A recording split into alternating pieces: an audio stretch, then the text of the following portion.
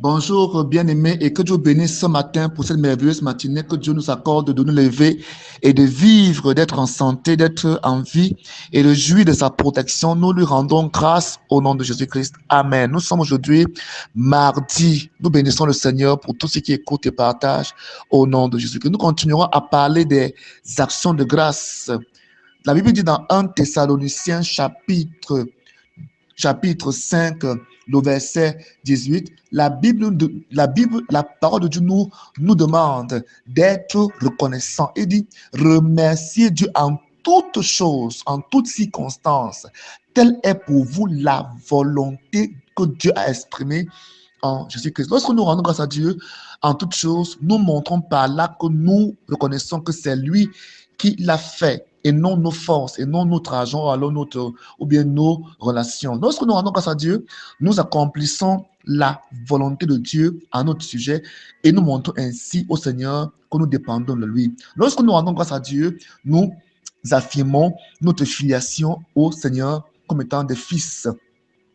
Lorsque nous rendons grâce à Dieu, nous amenons notre Père à toujours activer sa puissance au milieu de nos voies, au milieu de nous. Amen. Donc, les actions de grâce sont extrêmement importantes. Lorsque nous rendons grâce à Dieu aussi, au milieu des problèmes, dans les problèmes, dans les difficultés, les peines et les situations désastreuses, nous montrons au Seigneur que nous comprenons, que qu'il est capable de gérer ce problème, qu'il est capable de transformer ça en notre avantage ou pas, et que même si nous ne le fait pas, nous l'aimerons toujours. Lorsque nous rendons grâce à Dieu, au milieu, n'est-ce pas, des adversités, au milieu des situations compliquées, nous mettons à l'écart, nous mettons à l'ombre des peines, des soucis, des inquiétudes, n'est-ce pas, des maladies, des démons, de la dépression. Donc, ces choses s'éloignent de nous tranquillement. La Bible dit dans le livre de Philippiens chapitre 4, la Bible dit clairement dans Philippiens chapitre 4 que ne vous mettez en souci pour rien, mais en toute chose, exposez vos besoins à Dieu et adressez-lui vos prières et vos requêtes en lui disant votre reconnaissance. Verset 7. Alors la paix de Dieu qui surpasse tout ce que l'on peut concevoir gardera votre cœur et votre pensée sous la protection de Jésus-Christ. Amen. Donc la Bible dit que lorsque nous rendons grâce à Dieu, la paix de Dieu qui surpasse tout entendement humain inonde nos cœurs et garde notre pensée en Jésus-Christ.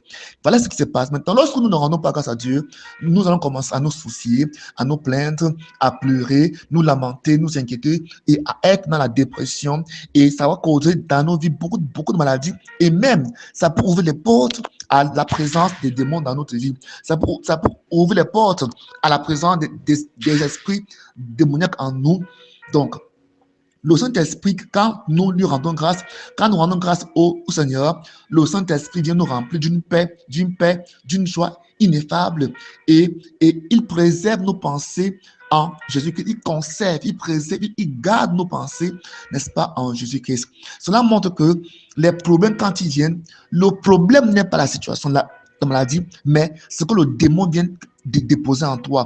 Le démon vient te pousser à maudire Dieu, à te soucier, à t'inquiéter, n'est-ce pas, à te lamenter, à pleurnicher, pour que tu entres en rébellion contre ton Dieu. Parce que lorsque tu rentres dans les inquiétudes, dans les soucis, dans, n'est-ce pas, les plaintes, la dépression, ce n'est pas la volonté de Dieu dans ta vie que tu sois ainsi. Alors l'Esprit de Dieu s'éloigne de toi et tu restes dans les tourments.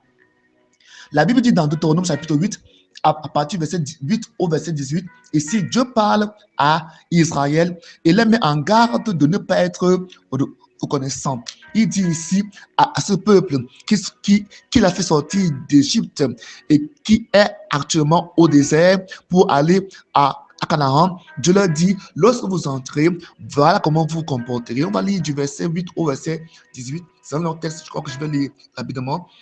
C'est un pays où poussent le froment et l'orge, la vigne, les figuiers et les grenadiers. Un pays d'oliviers, un pays d'huile et de miel.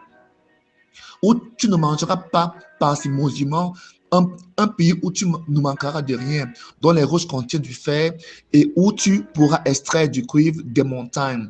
Ainsi tu jouiras de ses biens, tu mangeras à satiété et tu béniras l'Éternel ton Dieu pour le bon et beau pays qu'il t'aura donné. Garde-toi d'oublier, verset 11, garde-toi d'oublier l'Éternel ton Dieu et de négliger d'obéir ses commandements et ses ordonnances et ses lois que je te donne aujourd'hui. Si tu manges à satiété et si tu te construis de belles maisons, que tu y habites, si ton gros et ton petit bétail se multiplient, si ton argent et ton or s'accumulent, si tous tes biens s'accroissent, prends garde, verset 14, prends garde de ne pas céder à l'orgueil, d'oublier l'Éternel ton Dieu qui t'a fait sortir d'Égypte, du pays où tu étais esclave, qui t'a conduit à travers ce vaste, terrible désert rempli de serpents venimeux, de scorpions dans tous les lieux arides et sans eau, où il a fait jaillir pour toi de l'eau du rocher de plus dur. Dans ce désert, il t'a encore nourri en te donnant une manne que tes ancêtres ne connaissaient pas.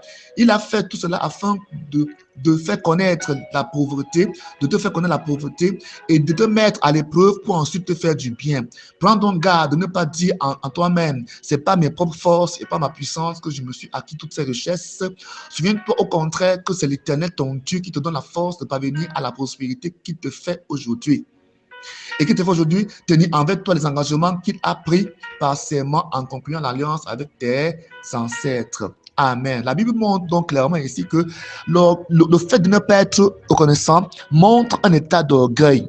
Il dit ici, prends garde, là sur le verset 14, prends garde de ne pas céder à l'orgueil et d'oublier l'Éternel ton Dieu. Donc faisons attention, lorsque nous ne sommes pas reconnaissants, ça montre l'orgueil, l'ingratitude, n'est-ce pas, l'insatisfaction, et l'Esprit de Dieu n'aime pas ça. La Bible déclare ici que Dieu dit à Israël que prends garde de ne pas céder à l'orgueil, d'oublier l'Éternel ton Dieu qui t'a fait sortir d'Égypte, du pays où tu étais esclave. Il t'a fait conduire à travers un vaste et terrible désert peuplé de serpents venimeux, de scorpions. Vous voyez que ce peuple a parcouru tout le désert avec ses bêtes féroces, mais aucun mal ne leur est arrivé parce que Dieu était avec eux. Dieu a aussi été avec toi. Parce que lorsque tu observes ta vie depuis ta naissance jusqu'à aujourd'hui, tu vas voir la main puissante de Dieu dans ta vie, comment il t'a conduit, il t'a protégé, il t'a gardé. Dans ce désert, verset 16, il t'a nourri en te donnant une manne que tes ancêtres ne connaissaient pas. Il a fait tout cela afin de te faire connaître la pauvreté et de te mettre à l'épreuve pour ensuite te faire du bien. Parfois, Dieu veut nous faire connaître la pauvreté, nous éprouver, voir les véritables intentions de nos cœurs. Voilà pourquoi je vous ai dit tout à l'heure, dans 1 Thessaloniciens 5, verset 18, selon ce que la parole dit, de dire à Dieu merci en toutes circonstances. Tel doit être notre comportement en tant qu'enfant de Dieu, telle est notre volonté. Quand tu échoues, dis à Dieu merci. Quand on te dit à Dieu merci, quand tu abandonnes, quand tu es dis à Dieu merci, parce qu'il est avec toi. En toute chose, dis à Dieu merci.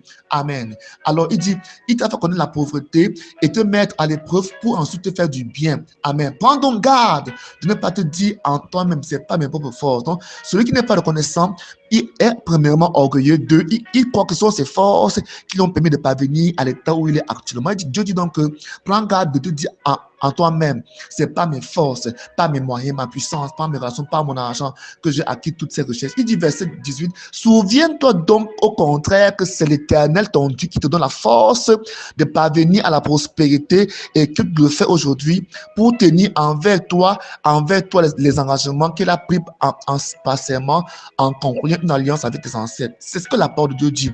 Donc tu dois reconnaître que c'est le Seigneur qui te bénit, qui t'est béni.